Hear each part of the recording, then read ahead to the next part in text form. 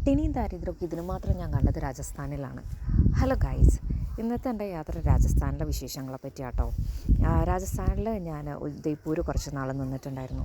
അവിടുത്തെ ട്രൈബൽ ഏരിയാസിൽ കുറച്ച് വർക്കും കാര്യങ്ങളൊക്കെ ആയിട്ട് പോയതാണ്. കാരണം അവിടെ കൂടുതൽ TB, HIV പോലുള്ള അസുഖങ്ങൾ വളരെ കൂടുതലായിട്ട് റെക്കോർഡിക്കലി കണ്ടപ്പോൾ അവിടെ കുറച്ച് നമുക്ക് ആയിട്ടുള്ള കുറച്ച് വർക്ക്സും കാര്യങ്ങളൊക്കെ ആയിട്ട് പോയതാണ്. ഈ കാണുന്നത് ഉദയ്പൂർ ഒരു ലേക്ക് സൈഡിലുള്ള ധാബയാണ്. അവിടെ എല്ലാവരും കുല്ലഡ് ചായയും അങ്ങനെ എല്ലാ സാധനങ്ങളൊക്കെ കിട്ടും. അത്യാവശ്യം വലിയ കുഴപ്പമില്ല, തിരക്കേടില്ലാത്ത രീതിയിലൊക്കെ പോകാൻ പറ്റുന്നൊരു ധാബയാണിത്.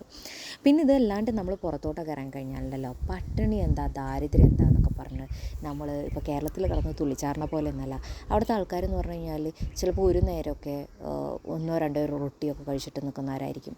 ചില ദിവസങ്ങളിൽ അവർക്കൊന്നും കഴിക്കാനുണ്ടാവില്ല. അങ്ങനത്തെയാണ് അവരുടെ അവസ്ഥയൊക്കെ. ഇപ്പോൾ ഈ നിങ്ങൾ ഈ കാണുന്ന സ്ഥലങ്ങളൊക്കെ വളരെ ഡ്രൈ ആയിട്ടുള്ള സ്ഥലമാണ്. എന്ന് വെച്ചാൽ 40-41 ഡിഗ്രി ഒക്കെയാണ്, 42 ഡിഗ്രി ഒക്കെയാണ് അവിടെ എപ്പോഴും ഉണ്ടാകുന്ന ടെമ്പറേച്ചർ. അപ്പോൾ സാധനങ്ങളധികം ഇത്രയും ചൂടിൽ അവർ പച്ചക്കറികളോ ഫ്രൂട്ട്സും കാര്യങ്ങളോ ഒന്നും അങ്ങനെ മേടിച്ച് വെക്കില്ല. കടകളിലാവട്ടെ വീടുകളിലാവട്ടെ റെഫ്രിജറേറ്റേഴ്സോ കാര്യങ്ങളൊന്നും അധികമില്ല.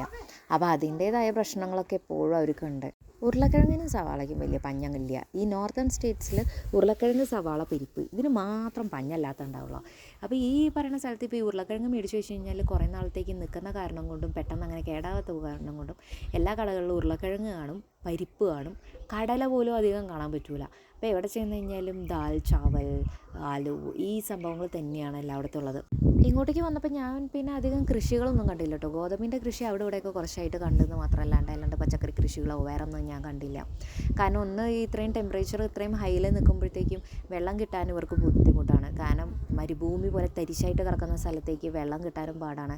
ആ വെള്ളത്തിൽ അവർ കുളിക്കും, അലക്കും, ബാക്കിയുള്ള പരിപാടികളൊക്കെ ചെയ്യും. അപ്പോൾ ഇങ്ങനത്തെ ചെയ്യുന്നതിൻ്റെ കൂട്ടത്തിൽ പിന്നെ കൃഷിക്കായിട്ട് അവരുടെ ഇതിൽ വെള്ളം കണ്ടെത്താനായിട്ടുള്ളൊരു സംഭരിച്ച് വെച്ചാലുള്ളൊരു സ്രോതസ്സ് അവരുടെ കയ്യിലില്ല എന്നുള്ളതാണ്. ഏറ്റവും കൂടുതൽ കേസുകൾ കണ്ടിട്ടുള്ളത് അണ്ടർ വെയ്റ്റ് ആണ്. അണ്ടർ വെയ്റ്റ് ആകുമ്പോഴത്തേക്കും TB കാരണം കൊണ്ട് അണ്ടർ വെയ്റ്റ് ആകുന്നതാവും, അല്ലെങ്കിൽ സ്വതവേ ഈ ദാരിദ്ര്യവും ഭക്ഷണത്തിൻ്റെയൊക്കെ ഒരു ബുദ്ധിമുട്ടും കാരണം കൊണ്ട് അണ്ടർ വെയ്റ്റ് ആവുന്നതായിരിക്കാം. ഞാനവിടെ ഇപ്പോൾ അഡൽട്ട് ഏജ് ആണെങ്കിലും എൽഡർലി ആണെങ്കിലും ഒരു 25-30 അതിനും മേലേക്ക് വെയിറ്റുള്ള ആരെയും ഞാൻ അവിടെ കണ്ടില്ല എന്നുള്ളതാണ്. ഞാനവിടെ നിൽക്കുമ്പോഴും എൻ്റെ ഭക്ഷണ രീതികളും ഇതുപോലെ ചുരുങ്ങിയിരുന്നു കേട്ടോ. 1-2 നേരമൊക്കെ ആയിട്ടായിരുന്നു ഞാനും ഭക്ഷണം കഴിച്ചൊക്കെ നിന്നിരുന്നത്. റൊട്ടിയും ദാല് കറിയും ഇതൊക്കെ തന്നെയായിരുന്നു ഉണ്ടായിരുന്നത്. അവിടെ അടുത്തുള്ള മാർക്കറ്റിൽ പോയി കഴിഞ്ഞാൽ നമുക്ക് അധികം സാധനങ്ങളൊന്നും കാണാൻ പറ്റില്ല. പച്ചക്കറികൾ അധികം കാണാനേ പറ്റില്ല. ഉരുളക്കിഴങ്ങ് മാത്രം വേണമെങ്കിൽ കാണാൻ പറ്റും, അല്ലാണ്ട് വേറൊരു സാധനങ്ങൾ ഫ്രൂട്ട്സ് അങ്ങനെ നമുക്കൊന്നും കാണാൻ കിട്ടില്ല. പിന്നെ നമ്മളൊരു സിനിമ ഉണ്ടായിരുന്നില്ലേ തമിഴിൽ, ഫഹദിൻ്റെ ഒക്കെ, ആ സിനിമയിൽ കാണിക്കില്ല എക്സ്പയർഡ് ആയിട്ടുള്ള ഫുഡ് ഐറ്റംസ് എല്ലാനും ഈ ട്രൈബൽ അല്ലെങ്കിൽ റൂറൽ ഏരിയാസിലോട്ട് കടത്തിവിടുന്ന ഒരു സംഭവം, അത് ഞാൻ അവിടെ കണ്ടു. കഴിക്കാൻ വിശന്നിട്ട് നിവൃത്തിയില്ലാത്ത കാരണം മാഗിയെങ്കിലും ഉണ്ടാക്കി കഴിക്കാമല്ലോ എന്ന് വെച്ചിട്ട് മാഗി മേടിക്കാൻ പോയതാണ് കടയിൽ കേട്ടോ.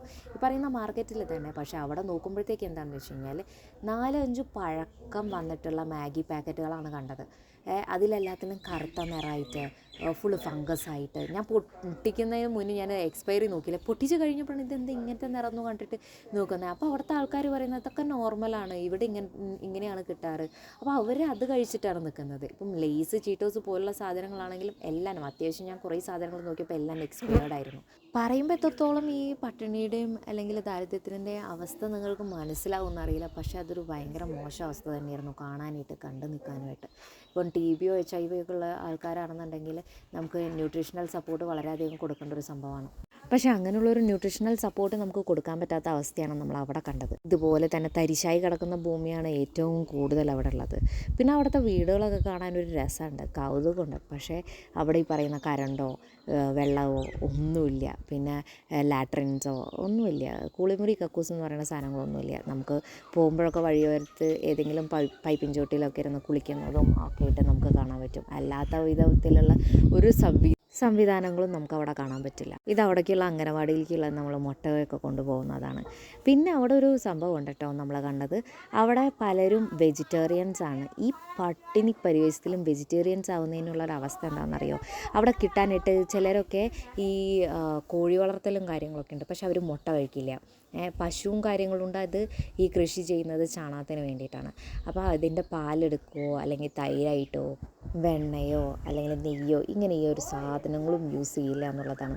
അതിൽ പല വീട്ടുകാരും എന്താ ചെയ്യുന്നതെന്ന് വെച്ചാൽ അംഗനവാടിയിൽ നമ്മൾ മുട്ട കൊടുക്കുന്നൊരു സംഭവം സ്കീം നമ്മളവിടെ ഉറപ്പ് വരുത്തിയിരുന്നു. മിഡ് ഡേ മീലൊക്കെ ഉണ്ടെങ്കിലും അവിടെ അങ്ങനത്തെ ഒരു സംഭവം ഒന്നും ഉണ്ടായിരുന്നില്ല.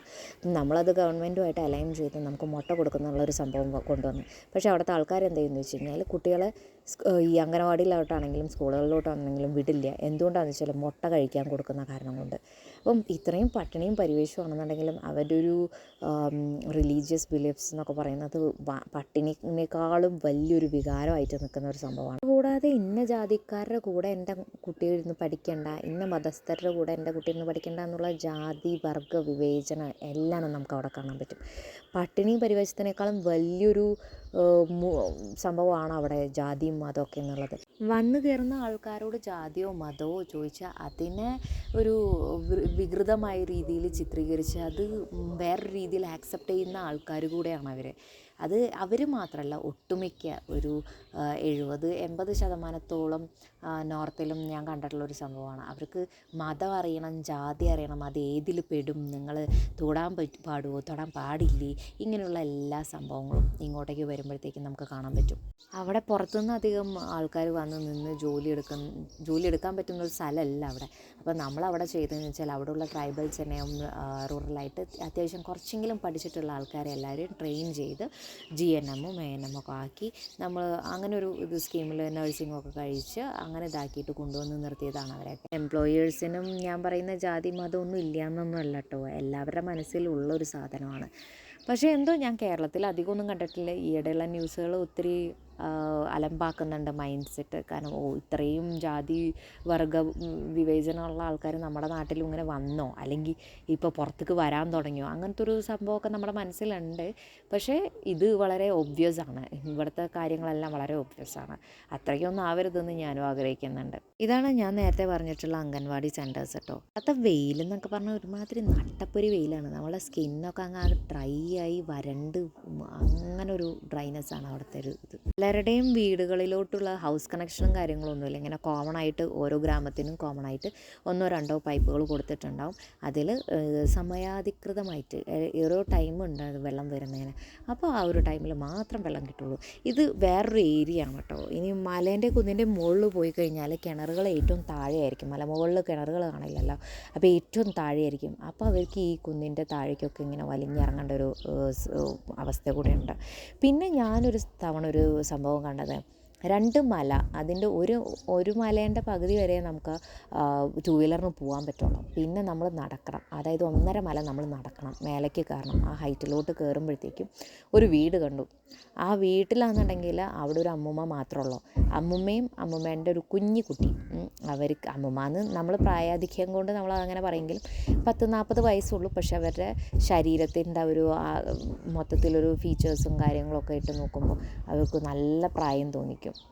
അത് ഈ ട്രൈബൽ ഏരിയാസിൻ്റെ ഒക്കെ ഒരു പ്രത്യേകതയാണ്, പെട്ടെന്ന് ഓൾഡ് ഏജ് ആയതുപോലെ തോന്നിക്കും. അപ്പോൾ അവിടെ ചെന്നപ്പോൾ എന്താണെന്ന് വെച്ച് കഴിഞ്ഞാൽ നമ്മളവിടെ കയറി ചെന്ന് നോക്കുമ്പോൾ അവരെത്തിയിട്ടില്ല. അവർ വെള്ളം അടക്കാൻ പോയേക്കാം, ഒരു കുടം വെള്ളവും കൊണ്ട് താഴെ ഇത്രയും ഞാനൊക്കെ അവിടെ ഒരു മേലേക്ക് കയറി എത്തിയപ്പോഴത്തേക്കും തന്നെ എൻ്റെ കിളി പോയി. കാരണം ഇത്രയും നടന്നു വരുമ്പോൾ തന്നെ ഇങ്ങനെ അണച്ചാകെ ഇതാവും. ഇവർക്ക് വയ്യാഞ്ഞിട്ട്, അവർക്ക് TB എന്തോ ആയിരുന്നു. അപ്പോൾ അവർ വയ്യാഞ്ഞിട്ട് വേറെ ആരും നോക്കാനുമില്ല. അപ്പോൾ അവർ വെള്ളം അടക്കാൻ വേണ്ടി താഴെ പോയത്. ഞങ്ങൾ എന്നിട്ട് വെയിറ്റ് ചെയ്തു അവർ വരുന്നവരെ. അപ്പം വരുമ്പോൾ എന്താ നോക്കുമ്പോൾ എന്ന് വെച്ചാൽ വെട്ടമില്ല, അതായത് വെട്ടം വെളിച്ചം അങ്ങനെ ഒരു സംഭവമില്ല, വെള്ളമില്ല, കക്കൂസ് കുളിമുറി അതൊന്നുമില്ല. ഒരു മലേൻ്റെ മുകളിൽ ഒരൊറ്റൊരു വീട്. അടുത്ത് ആരെങ്കിലും വിളിച്ചു കഴിഞ്ഞാൽ ആരും കേക്ക് പോലുമില്ല. അടുത്ത വീടെന്ന് പറഞ്ഞാൽ അടുത്ത മലയിലാണ്. അങ്ങനെ ഓരോ മലയിൽ ഓരോ വീടായിട്ടായിരുന്നു കണ്ടത്. അപ്പോൾ നമ്മൾ അന്ന് ചെയ്തിരുന്നതെന്ന് വെച്ച് കഴിഞ്ഞാൽ അങ്ങനെയുള്ള ഇതിൽ വയ്യാതായിട്ടുള്ള ആരെങ്കിലും ഉണ്ടെന്നുണ്ടെങ്കിൽ നമ്മൾ അവർക്ക് മെഡിസിൻ എത്തിച്ചു കൊടുക്കുക. പിന്നെ ചെക്കപ്പിന് ഒരിക്കലെങ്കിലും 2-3 മാസത്തിൽ ഒരിക്കലെങ്കിലും ഹോസ്പിറ്റലിലോട്ട് വരേണ്ടി വരും. ആ ഒരു സംഭവമായിരുന്നു ചെയ്തത്.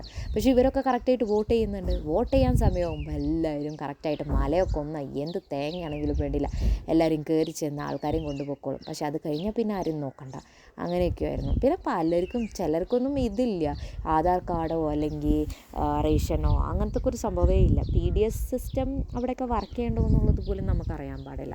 അത്രയും അവസ്ഥ അവസ്ഥയാണ് അവിടുത്തെയൊക്കെ കാര്യങ്ങൾ. ഇവിടുത്തെ ആൾക്കാർ പിന്നെ പണിയൊന്നും ഇല്ലാണ്ടേ പിന്നെ ചെയ്തിരുന്ന പണികളൊക്കെ ആയിരുന്നു ഈ സിലിക്കണിൻ്റെ ഷീറ്റും ആസ്ബസ്റ്റോസിൻ്റെയൊക്കെ അതിൻ്റെയൊക്കെ മുറിക്കലും അങ്ങനത്തെയൊക്കെ കുറേ പണികളായിരുന്നു. ഈ പലയിടത്തും അത് ബാൻ ചെയ്തെങ്കിലും ചില ഏരിയകളിൽ അത് ഇപ്പോഴും ബാൻ ചെയ്യാതെയുണ്ട്. അപ്പോൾ അതിൽ വർക്ക് ചെയ്തിട്ട് പലർക്കും റെസ്പിറേറ്ററി കംപ്ലയിൻറ്റ്സ് ഒക്കെ വളരെ കൂടുതലായിരുന്നു അവിടെയൊക്കെ. പക്ഷേ നമ്മൾ അവരെ അവയർനെസ് കൊടുത്തത് മാറ്റാൻ ശ്രമിക്കുന്നുണ്ടെങ്കിലും അവർ ചോദിക്കുന്നത് ഞങ്ങൾക്ക് വേറെ തൊഴിലില്ലാണ്ട് ഞങ്ങൾ എവിടെ ജീവിക്കും, എങ്ങനെ ജീവിക്കും എന്നുള്ളതാണ്. അപ്പോൾ കുറേ പേരെ നമ്മൾ പറഞ്ഞ് മാറ്റി മനസ്സിലാക്കിയിട്ട് അവർ മൈഗ്രൻ്റ് വർക്കേഴ്സായിട്ട് തുടങ്ങി. അപ്പോൾ എന്ന് വെച്ച് കഴിഞ്ഞാൽ ഡ്രൈവിങ്ങോ അങ്ങനെ എന്തെങ്കിലും പണിക്കൊക്കെ ആയിട്ട് അഹമ്മദാബാദിലോ ഒക്കെ അടുത്തുള്ള സ്റ്റേറ്റ്സിലോട്ടൊക്കെ അവർ പോകാൻ തുടങ്ങി. പക്ഷേ അങ്ങനെ പോയി വരുമ്പോൾ ഇവർക്ക് വേറൊരു പ്രശ്നം എന്താ വരികയെന്ന് വെച്ചാൽ പോകുന്നിടത്ത് അവർക്ക് എക്സ്ട്രാ മാരിറ്റൽ റിലേഷൻസ് വരും. അത് 1-2 പേരൊന്നും ആയിരിക്കില്ല, നമുക്കറിയാൻ പാടില്ല എത്ര ആയിരിക്കും എന്നുള്ളത്. പക്ഷേ അവർ വരുമ്പോൾ പിന്നെ തിരിച്ച് നാട്ടിലോട്ട് വരുമ്പോൾ HIV ആയിട്ടായിരിക്കും വരുന്നുണ്ടാവുക. അപ്പോൾ അത് ഈ വീട്ടിലുള്ള സ്ത്രീകൾ അതൊന്നും അറിയുന്നുണ്ടാവില്ല. അപ്പോൾ ഇവർ ഈ പറയുന്ന ഇതൊക്കെ അവരുടെ ദൈനംദിന ജീവിതത്തിൽ അങ്ങനെ മുന്നോട്ട് പോകുമ്പോൾ ഇവർക്കും ഭാര്യയ്ക്കും ഈ പറയുന്ന HIV പെടും. മനസ്സിലായോ? പിന്നെ HIV വന്നിട്ട് പിന്നെ സിംറ്റമായിട്ട് ഭാര്യയായിരിക്കും നമ്മളുടെ അടുത്ത് വരിക. ഭർത്താവ് പിന്നെ അങ്ങനെ ഇങ്ങനെയൊക്കെ ഈ കഞ്ചാവും സാധനങ്ങളൊക്കെ ആയിട്ട് ആൾക്കങ്ങനെ പ്രശ്നങ്ങളൊന്നും അറിയുന്നുണ്ടാവില്ല. പക്ഷെ പെണ്ണുങ്ങൾ വന്നിട്ട് ചിലപ്പോൾ ഗർഭാവസ്ഥയിലായിരിക്കാം ഈ HIV പിടിപെടുന്നത്. അപ്പോൾ ഒന്നും ചെയ്യാനില്ല ഇങ്ങനത്തുള്ള കാര്യങ്ങളിൽ. ഇപ്പോൾ കോണ്ടം യൂസ് ചെയ്യണമെന്ന് പറഞ്ഞു കഴിഞ്ഞാൽ പോലും അതിനൊക്കെ ഒരു ലിമിറ്റുണ്ട്. ഇവരൊക്കെ ഈ കുറേ ആൾക്കാർ അതിനോടൊക്കെ എഗെയിൻസ്റ്റാണ്. അപ്പോൾ അവർക്ക് എന്താ അസുഖം ഉണ്ടെങ്കിൽ എൻ്റെ ഭാര്യയല്ലേ അവളെന്താണെന്ന് വെച്ചാൽ നോക്കിക്കോളും, ഈ ഒരു മൈൻഡ് സെറ്റാണ്. അപ്പോൾ അങ്ങനെ കുറേ കഷ്ടപ്പെട്ട് നരകിച്ച് ജീവിക്കുന്ന കുറേ ആൾക്കാരും നമുക്ക് കാണാൻ പറ്റും ഇവിടെ. നമ്മൾക്ക് കേരളത്തിലാണെങ്കിൽ ജസ്റ്റ് ഒരു 4-5 കിലോമീറ്ററിൻ്റെ ഉള്ളിൽ, ചിലപ്പോൾ ഒരു 3 മുതൽ 5 കിലോമീറ്ററിൻ്റെ ഉള്ളിൽ എങ്ങനെയെങ്കിലും ഒരു ആശുപത്രി എവിടെയെങ്കിലും ഉണ്ടാവാണ്ടിരിക്കില്ല. പക്ഷെ ഇവർക്ക് അങ്ങനെയല്ല, 100-150 കിലോമീറ്ററെല്ലാം ട്രാവൽ ചെയ്തിട്ടായിരിക്കും അവരൊരു ആശുപത്രിയിലോട്ട് വരിക. ഞങ്ങളുടെ ക്ലിനിക്കിൽ ആഴ്ചയിൽ 2 ദിവസമാണ് ക്ലിനിക് ഡേ വയ്ക്കുക. അന്നായിരിക്കും നമ്മൾ ഡോക്ടേഴ്സൊക്കെ അവിടേക്ക് എത്തുക. കാരണം എല്ലായിടത്തും ഒത്തിരി ക്ലിനിക്സ് ഉണ്ട്. അപ്പോൾ എല്ലായിടത്തേക്കും റൗണ്ട്സ് എത്തണം നമ്മൾ എല്ലാ ക്ലിനിക്കിലോട്ടും. അപ്പോൾ ഇങ്ങനെ വരുന്ന ക്ലിനിക് ഡേ ഉള്ള അന്നുണ്ടല്ലോ, വെളുപ്പിന് 4 മണിക്ക് 3 മണി തുടങ്ങി ആൾക്കാർ വന്നു തുടങ്ങും അവിടെ ക്ലിനിക്കിൽ ഡോക്ടറെ കാണാൻ വേണ്ടിയിട്ട്. അതും ഇങ്ങനെയും 4-5 മണിക്കൂറൊക്കെ ദൂരെ ട്രാവൽ ചെയ്ത് വരുന്ന ആൾക്കാരായിരിക്കും. അത്രയും ദുരിതവും ബുദ്ധിമുട്ടൊന്നും നമുക്ക് കേരളത്തിലില്ല. ഒരു ഡോക്ടറെ കാണാനുള്ള അവരുടെ ഒരു അവസ്ഥയാണത്. അങ്ങനെ വെളുപ്പിന് വരുമ്പോൾ ചിലപ്പോൾ അവർ തലേ ദിവസം ഉണ്ടാക്കിയ റൊട്ടിയായിരിക്കും കൊണ്ടുവരുന്നത്. അപ്പോൾ ഈ ഒരു ഡ്രൈ ആയിട്ടുള്ള ടെമ്പറേച്ചറിൽ പലപ്പോഴും ഈ റൊട്ടിയൊക്കെ എന്തായിരിക്കും എന്ന് വെച്ചാൽ മരം പോലെ ഇരിക്കുന്നുണ്ടാവും. ആ റൊട്ടി ഒരെണ്ണം ചിലപ്പോൾ രാവിലെ കഴിക്കും. പിന്നെ ഈ എല്ലാവരെയും നോക്കി കൺസൾട്ട് ചെയ്ത് കഴിഞ്ഞ് വരുമ്പോഴത്തേക്കും ചിലപ്പോൾ 2-3 മണിയൊക്കെ ആയിട്ടുണ്ടാവും. അപ്പോൾ അതുവരെ ചിലപ്പോൾ ആ ഒരു 1-2 റൊട്ടിയിലായിരിക്കും. കാരണം വേറെ അവർക്ക് അങ്ങനെ എക്സ്ട്രാ കൊണ്ടുവരാനായിട്ട് വീട്ടിലും ഉണ്ടാവില്ല. അങ്ങനെ അത്രയും പട്ടിണിയും ദാരിദ്ര്യമൊക്കെ. ഞാൻ ഇത്രയധികം പട്ടിണിയും ദാരിദ്ര്യവും വേറെ അധികം സ്ഥലങ്ങളിലൊന്നും കണ്ടിട്ടില്ല കേട്ടോ. ഇവിടെ പോയെടുത്താണ് ഒരു നേരം ഭക്ഷണം, ലൈറ്റില്ല, ഫോൺ യൂസ് ചെയ്യുന്നില്ല ആരും. കീപാഡ് ഫോണുകളാണ് കൂടുതലും കാണുക. അതും വളരെ റെയറായിട്ട്. കറണ്ട് ഇല്ലാത്തടത്ത് എവിടെയാണ് ഫോൺ ഉപയോഗിക്കാൻ പറ്റുന്നത്? ആ ഒരു അവസ്ഥയാണ്. വെള്ളമില്ലാത്തതും പിന്നെ കക്കൂസോ കുളിമുറിയോ ഇതൊന്നും ഇല്ലാത്തൊരൊക്കെ അവസ്ഥ നമ്മൾക്കൊന്നും ആലോചിക്കാൻ പറ്റില്ല. ചിലപ്പം കേരളം ഒരു 10-30 വർഷത്തിന് മുന്നോ 30-35 വർഷത്തിന് മുന്നൊക്കെ ചിലപ്പോൾ ഇങ്ങനെ ഇരുന്നുണ്ടാവും. കാരണം ഞാൻ ജനിച്ച പിന്നെ ഇങ്ങനത്തെ ഒരു സംഭവമൊന്നും ഞാൻ കണ്ടിട്ടില്ല. ഇത്രയും അവസ്ഥയായിട്ടുള്ള കേരളത്തിലൊന്നും ഞാൻ കണ്ടിട്ടില്ല. പക്ഷേ ഇതൊക്കെ അവിടെ വളരെ ദൈനംദിന ജീവിതത്തിൽ അവർ കഷ്ടപ്പെട്ടുകൊണ്ടിരിക്കുന്നൊരു സംഭവമാണ്. പിന്നെ ഈ സ്ഥലങ്ങളിലൊക്കെ കുറേ NGOs വർക്ക് ചെയ്യുന്നുണ്ട്. അവരുടെയൊക്കെ കുറേ ഹെൽപ്പ് കാരണം കുറേ പേര് രക്ഷപ്പെടുന്നുണ്ട്. പിന്നെ എഡ്യൂക്കേഷൻ ഒരു പ്രശ്നമാണ്. അവർക്ക് അടുത്ത അംഗൻവാടിയോ സ്കൂളുകളോ ഒന്നും ഇല്ലാണ്ട് അവരെ ഇവിടെ നിന്നാണ് എഡ്യൂക്കേഷൻ എടുക്കുക എന്നുള്ളതൊരു പ്രശ്നം വരുന്നുണ്ട്. ദൂരെ പോയിട്ട് പഠിക്കാനുള്ള അത്രയും, അപ്പോൾ ഹോസ്റ്റലിൽ നിൽക്കണം, അത്രയും പൈസ ഇവരുടെ കയ്യിലില്ല. പക്ഷേ ഇവർക്ക് കുറേ കാര്യങ്ങൾ ഗവൺമെൻറ് ചെയ്തു കൊടുക്കുന്നുണ്ട്. കാരണം ST വിഭാഗത്തിനൊക്കെ കുറേ റിസർവേഷനും കാര്യങ്ങളും ഇങ്ങനെയാണ് ഇമ്പോർട്ടൻസ് വരുന്നത് അവർക്ക്. ST റിസർവേഷനിൽ ചില യൂണിവേഴ്സിറ്റിയിലെല്ലാനും ഈ പറയുന്ന റിസർവേഷൻ നല്ല രീതിക്കുണ്ട്. അപ്പം ഫീസ് അടയ്ക്കേണ്ട, ഹോസ്റ്റൽ ചാർജ് ഫ്രീ ആണ്. പക്ഷേ അവർക്ക് വേറെ ബുദ്ധിമുട്ട് അനുഭവിക്കുന്നത് എന്താണെന്ന് വെച്ചാൽ ഇത്രയും ഉൾപ്രദേശത്ത് നിന്ന് ദൂരേക്ക് ഇത്രയും പോകുമ്പോൾ ആ ഒരു ട്രാൻസ്പോർട്ടേഷൻ ചാർജ് വരും. അങ്ങനത്തെ കാര്യങ്ങൾക്ക് ചിലപ്പോൾ അവരിൽ ട്രാൻസ്പോർട്ടേഷൻ ചാർജിന് പോലും അവരുടെ കയ്യിൽ 10 പൈസ ഉണ്ടാവില്ല. അപ്പോൾ അങ്ങനത്തെയൊക്കെ 1-2 തവണയൊക്കെ അങ്ങനെ പൈസ ഇല്ലാണ്ട് വരുമ്പോൾ പിന്നെ സ്വാഭാവികമായിട്ട് അവർ പിന്നെ എന്ത് ചെയ്യും, സ്കൂളിൽ പോകുന്നത് നിർത്തും. എന്നിട്ട് എന്തെങ്കിലും കിട്ടണ പണിക്കൊക്കെ പോകാൻ തുടങ്ങും. വല്ല കമ്പനിയിലോ അല്ലെങ്കിൽ എന്തെങ്കിലും ഫാക്ടറിയിൽ, നേരത്തെ പറഞ്ഞ പോലെ വല്ല ആസ്ബസ്റ്റോസിൻ്റെ പണികൾക്കോ അങ്ങനെയൊക്കെ ആയിട്ട് പോകും. പിന്നെ ബട്ട് ഒരു 1-2 കൊല്ലത്തിനുള്ളിൽ, 2 കൊല്ലമൊന്നും നീളമില്ല, 1-1.5 കൊല്ലത്തിനുള്ളിൽ അവർ പിന്നെ ഒരു വലിയൊരു അസുഖം ആയിട്ടായിരിക്കും പിന്നെ അവർ അവിടെ നിന്ന് ഇറങ്ങുന്നുണ്ടാവുക. അങ്ങനത്തെയൊക്കെ വലിയ പ്രശ്നങ്ങളാണ് അവരെല്ലാം ഫേസ് ചെയ്യുന്നത്. ഒരിടയ്ക്ക് ഒരു അമ്മൂമ്മ എൻ്റെ അടുത്ത് വന്ന് ചോദിക്കുകയുണ്ടായി, നിങ്ങൾ ഏത് വിഭാഗത്തിൽപ്പെട്ടവരാണ്? കാരണം ആ ഒരു ഡോക്ടർ നമ്മളെ ചികിത്സിക്കണം എന്നുണ്ടെങ്കിൽ അവർക്ക് അവരുടെ ജാതിയും മതമൊക്കെ അറിഞ്ഞിട്ട് വേണം. ഞാൻ അവരെ തൊടുന്നത് തൊട്ടുകൂടായ്മ ഒരു സംഭവം ഉണ്ടല്ലോ, അത് തൊടുന്നത് ശരിയാകുമോ ഇല്ലയോ, അത് ഇന്ന ജാതിയിലുള്ള ഇയാളെ തൊടാൻ പാടുമോ, അതങ്ങനെ അറിയാണ്ട് പോലും തൊട്ട് കഴിഞ്ഞാൽ പിന്നെ അവർക്ക് കുറേ ആചാരങ്ങളൊക്കെ കഴിഞ്ഞിട്ട് പിന്നെ അവരുടെ സ്വന്തം വീട്ടിൽ കയറാൻ പറ്റുള്ളൂ. അങ്ങനത്തെ കുറേ കാര്യങ്ങളുണ്ട് ഇവർക്ക്. അങ്ങനെ മതവും ജാതിയൊക്കെ പറഞ്ഞ് വിഷം കുത്തിവെച്ച് വോട്ട് മേടിക്കാൻ വരുന്നവരായിരിക്കും അവിടെ ഏറ്റവും കൂടുതൽ. കാരണം ഇവരൊക്കെ പറ്റിക്കാൻ എളുപ്പമാണ്. ഇന്ന ജാതിയിൽ പെട്ടതാണ് ഞാൻ, അമ്മേ എനിക്ക് വോട്ട് തരുമെന്ന് പറഞ്ഞു കഴിഞ്ഞാൽ അവർ കൊടുക്കും. എൻ്റെ ജാതിയിൽപ്പെട്ട ആളല്ലേ, ഞാൻ അയാളെ വേണ്ടേ സപ്പോർട്ട് ചെയ്യാൻ എന്നുള്ള രീതിയിൽ അത്രയൊന്നും വേണമെങ്കിൽ ചിന്തിക്കേണ്ടാവില്ല. എൻ്റെ ജാതിയിലെ കുട്ടിയല്ലേ, രജിസ്റ്റർപ്പെട്ട് പോട്ടെ എന്നും പറഞ്ഞിട്ട് വോട്ട് ചെയ്ത് കൊടുക്കും. അങ്ങനെ പിന്നെ പലർക്കും പെൻഷൻ്റെ സംഭവമൊന്നും അവിടെ ഒന്നും ആർക്കും ഇല്ല കേട്ടോ. പെൻഷനൊക്കെ നമ്മുടെ നാട്ടിലാണ് വളരെ കറക്റ്റായിട്ട് സെറ്റായിട്ടൊക്കെ കിട്ടുന്നത്. ഇവിടെയൊക്കെ നമുക്ക് അങ്ങനെ പെൻഷൻ്റെ കാര്യങ്ങളോ ഒന്നും ഞാനിതുവരെ കണ്ടിട്ടില്ല. ആർക്കും അങ്ങനെ പെൻഷൻ കിട്ടുന്നതായിട്ട് കേട്ടിട്ടുമില്ല. ഇതൊരു മലമുകളിലെ വീടാണ്. ഈ മലയിൽ നിന്ന് നോക്കിക്കഴിഞ്ഞാൽ അടുത്ത പരിസരത്തൊരു വീടും നമുക്ക് കാണാൻ പറ്റില്ല. അടുത്ത വീട് കാണണമെങ്കിൽ അടുത്ത മലയിലോട്ടും നമ്മൾ നല്ലോണം സൂം ചെയ്ത് നോക്കണം, അപ്പോൾ അടുത്തൊരു വീട് കാണാം. അല്ലാണ്ട് തൊട്ടടുത്ത് വീടും കാര്യങ്ങളും ഒന്നുമില്ല. ഭയങ്കര കഷ്ടമാണ്. ഇവിടെ കരണ്ടും കാര്യങ്ങളൊന്നുമില്ല. ഇങ്ങനത്തെ വയറിൻ്റെ കട്ടിലൊക്കെ തന്നെയാണ് അവിടെ ഇരിക്കാനും കിടക്കാനും എല്ലാത്തിനും. പിന്നെ അധികം എനിക്ക് അതിൻ്റെയൊക്കെ ഒന്നും വീഡിയോ എടുക്കാൻ പറ്റില്ല. കാരണം അവരുടെ വസ്ത്രധാരണമൊക്കെ നമ്മൾ പറയുന്ന പോലത്തെ ഒരു വസ്ത്രധാരണം ഒന്നും ആയിരിക്കില്ല. പിന്നെ ഇപ്പോൾ അവർ ഉടുക്കുന്ന സാരിയോ അല്ലെങ്കിൽ മുണ്ടോ തുണിയോ, ചിലപ്പോൾ എന്തെങ്കിലും തുണികളായിരിക്കും മറച്ചിട്ടുണ്ടാവുക. ആ തുണികൾ തന്നെ കീറി പറഞ്ഞതോ, നമ്മുടെ വീട്ടിലൊക്കെ ഉണ്ടല്ലോ തുടയ്ക്കാൻ പോലും ഉപയോഗിക്കാത്ത തുണികളായിരിക്കും. അത്രയുള്ള തുണികളൊക്കെ നമ്മൾ വേണമെങ്കിൽ കത്തിച്ച് കളയുമോ അല്ലെങ്കിൽ കളഞ്ഞിട്ടുണ്ടാവും. പക്ഷെ അങ്ങനത്തെ തുണികളാണ് അവർ ഡെയിലി യൂസ് ചെയ്യുന്നത്. കാരണം വേറെ ഓപ്ഷൻ ഇല്ല അവർക്ക്. പുറത്ത് പോയി മേടിക്കുക എന്ന് പറഞ്ഞു കഴിഞ്ഞാൽ ഇത് ഒത്തിരി കിലോമീറ്റർ ഉള്ളിലായിട്ടാണ് നമ്മൾ ഈ പറയുന്ന ഈ കാടും മേടൊക്കെ കയറി നമ്മളിങ്ങനെ പോകുന്നത്. അപ്പോൾ അവർക്ക് ഒരു ഡ്രസ്സും കാര്യങ്ങളൊക്കെ മേടിക്കണമെന്നുണ്ടെങ്കിൽ ടൗണിൽ പോകണം. ടൗണിലെന്ന് പറഞ്ഞാൽ അതൊന്നും നടക്കുന്ന കാര്യമല്ല അവർക്ക്. അപ്പോൾ 1-2 തുണികൾ എന്തെങ്കിലും ഉണ്ടാവും മാറിയിടാനായിട്ടും കാര്യത്തിനൊക്കെ. പിന്നെ പലരും എന്താ ചെയ്യുന്നതെന്ന് വെച്ച് കഴിഞ്ഞാൽ കുളിക്കുന്ന സമയത്ത് ഇതെല്ലാവരും തോരാനിടും. പിന്നെ അവിടെ 40-42 ഡിഗ്രി ആകുമ്പം 4-5 മിനിറ്റ് മതി അതൊന്ന് ഉണങ്ങി കിട്ടാൻ, ഒന്ന് തോർന്ന് കിട്ടാനായിട്ട്.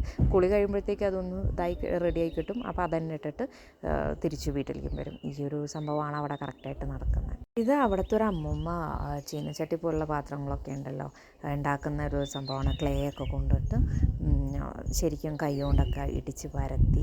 ആൾക്ക് ഇത് തന്നെയാണ് പണി. ഈ ഒരു പണി മാത്രമുള്ളവർക്ക്. അവർ രാവിലെ തുടങ്ങും ഒരു 6 മണിയാകുമ്പോഴത്തേക്കും വൈകുന്നേരം ഒരു 5-6 മണി വരെ ഇത് തന്നെയാണ് പണി.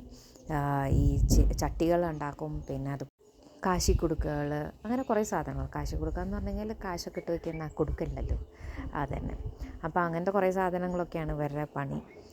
ഇത് രസമാണ്. ഞാനിതൊക്കെ ആദ്യമായിട്ടാണ് കാണുന്നത്. അതാണ് എനിക്കൊരു കൗതുകം തോന്നി ഞാനിതെല്ലാം കണ്ടു നിന്നിരുന്നു അത് ഫുള്ളും ഉണ്ടാക്കുന്നതും. പിന്നെ പോരാൻ നേരത്തെ അവിടെ നിന്ന് ഒരു കാശിക്കുടുക്കൊക്കെ മേടിച്ചിട്ടാണ് പോകുന്നത്. പക്ഷേ പോരണ വഴിക്ക് അത് പൊട്ടുകയും ചെയ്തു. അത്രയും ഇതായിരുന്നില്ല. പക്ഷേ അത് ഒത്തിരി ട്രാവൽ ചെയ്യാനുള്ള കാരണം കൊണ്ട് തെറ്റും പറയാനില്ല. തട്ടും മുട്ടൊക്കെ വന്നപ്പോൾ അതങ്ങനെ പൊട്ടുകയും ചെയ്തതാണ്. പക്ഷേ കൊള്ളാം, നല്ലൊരു പരിപാടിയാണിത്. മെയിനായിട്ട് ഇവരുടെ ഭക്ഷണം എന്ന് പറഞ്ഞാൽ ഇപ്പോൾ ദാലും റൊട്ടിയാണെങ്കിൽ കൂടെ ദാൽ എപ്പോഴും അവർക്ക് അങ്ങനെ അഫോർഡ് ചെയ്യാൻ പറ്റത്തില്ല. ചില സമയത്തൊക്കെ ദാലിൻ്റെ പൈസ കൂടാറുണ്ട്. അപ്പോൾ ആ സമയത്ത് ചെയ്യാമെന്ന് വെച്ച് കഴിഞ്ഞാൽ മാങ്ങ കിട്ടും, പച്ച മാങ്ങ. പഴുത്ത മാങ്ങ അവരങ്ങനെ കഴിക്കാറില്ല. പച്ച മാങ്ങ കിട്ടിക്കഴിഞ്ഞാൽ പച്ച മാങ്ങ വെറുതെ വെള്ളത്തിലിട്ട് തിളപ്പിച്ച് അതിൻ്റെ ഫ്ലഷൊക്കെ എടുത്ത് അതിനകത്ത് വെറുതെ ഉപ്പും മുളക് പൊടിയും കൂടി ഇട്ടിട്ട് വെറുതെ ഒന്ന് തിളപ്പിച്ചെടുക്കും. എന്നിട്ട് അത് റൊട്ടീൻ്റെ മേലെ കൂടെ ഒഴിച്ച് അതങ്ങോട്ട് കഴിക്കുക. ഇത് സെയിം പ്രോസസ്സിൽ പുളിയില്ലേ, സാധാ പുളി, നമ്മുടെ പുളി, ആ പച്ചപ്പുളിയൊക്കെ ഇട്ടിട്ട് ഇതേപോലെ സെയിം ആയിട്ട് അവരിട്ടിട്ട് അതിൻ്റെ വെള്ളമൊക്കെ എടുത്തിട്ട് ഇങ്ങനെ കഴിക്കുന്നതും കണ്ടിട്ടുണ്ട്. ഇതിൽ വലിയ പ്രോട്ടീനോ അല്ലെങ്കിൽ വൈറ്റമിനോ സാധനങ്ങളോ ഒന്നും നോക്കലല്ല. അപ്പോഴത്തെ വിശപ്പ് അടക്കുക എന്നുള്ളതാണ് അവരുടെ ഒരു തലയിലുള്ള സാധനങ്ങൾ. വേറെ നിവൃത്തിയില്ല. അങ്ങനത്തെ ഒക്കെ ഭക്ഷണങ്ങളായിരുന്നു അവിടെ കൂടുതലും ഞാൻ കഴിച്ചിട്ടുണ്ടായിരുന്നത്.